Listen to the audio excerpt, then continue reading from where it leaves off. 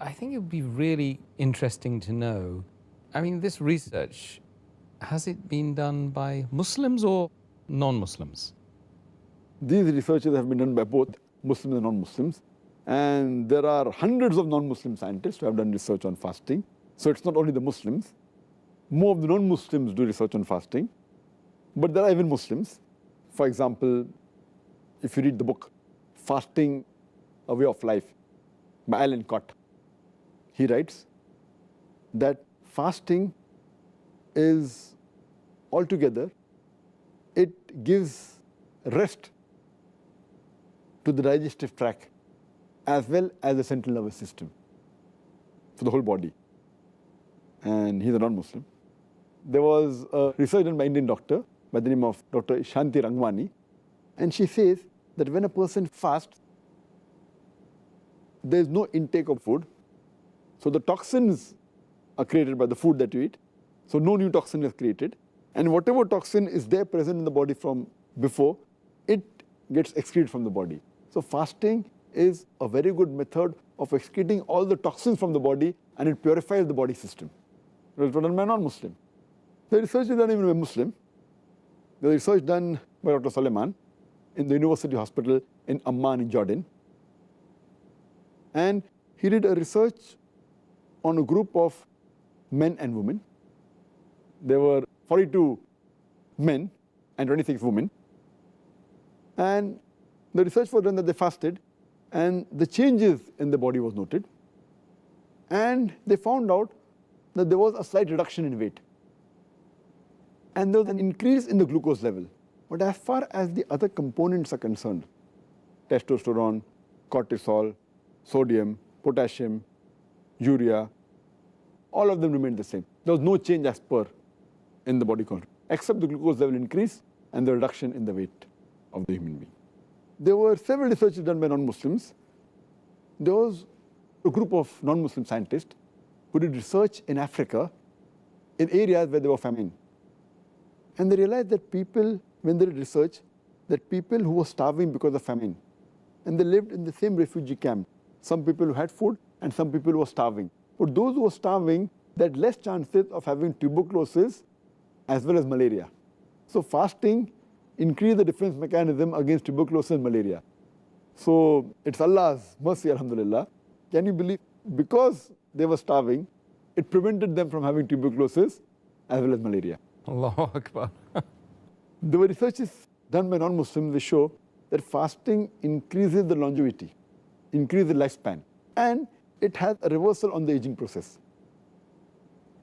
There was research done by a Muslim scientist by the name of Dr. Osama Kandil in the Harvard University. Muslim, but in a non-Muslim country, non-Muslim university.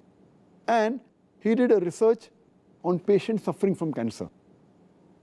And he tried to find out what way do the cells function, especially the killer cells, which attack the cancer cells.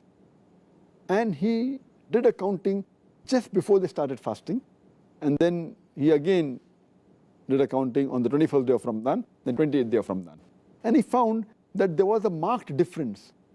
After 21 days and 28 days, the number of cells, the killer cells, they increased. And these cells, they attack the cancer cells. And it shows that even the immunity increased. The defense mechanism of the human being, because of fasting, it increased. And there was another research again done in the same patients, and it found out that the T cells, which are normally required for the defense immunity of the human being, they increased to a gate level. And T cells are mainly responsible when anyone has a disease. They are mainly the soldiers, or they are called the Major General of the army that you have. They are the T cells.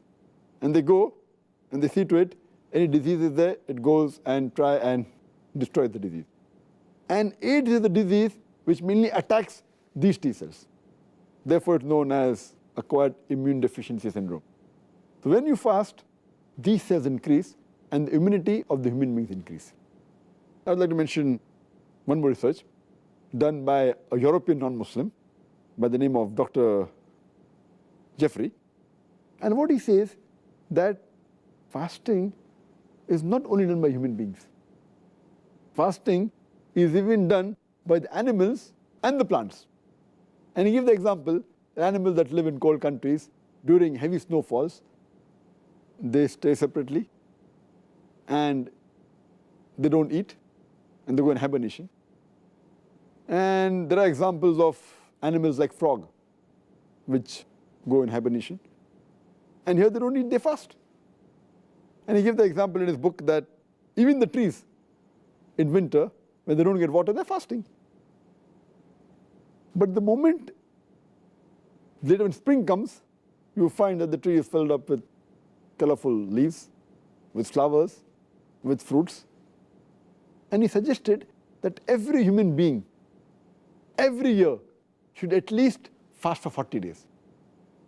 And we know that it's for every Muslim to fast in the month of Ramadan. That's approximately 30 days. And further, if you keep the 6 days of fasting in Shawwal, that makes it 36 days. So Allah subhanahu wa ta'ala and our Prophet has already given us this guidance which the non-Muslim European has given us recently. So there are many researches done by non-Muslims on fasting, and it's very beneficial for the human body.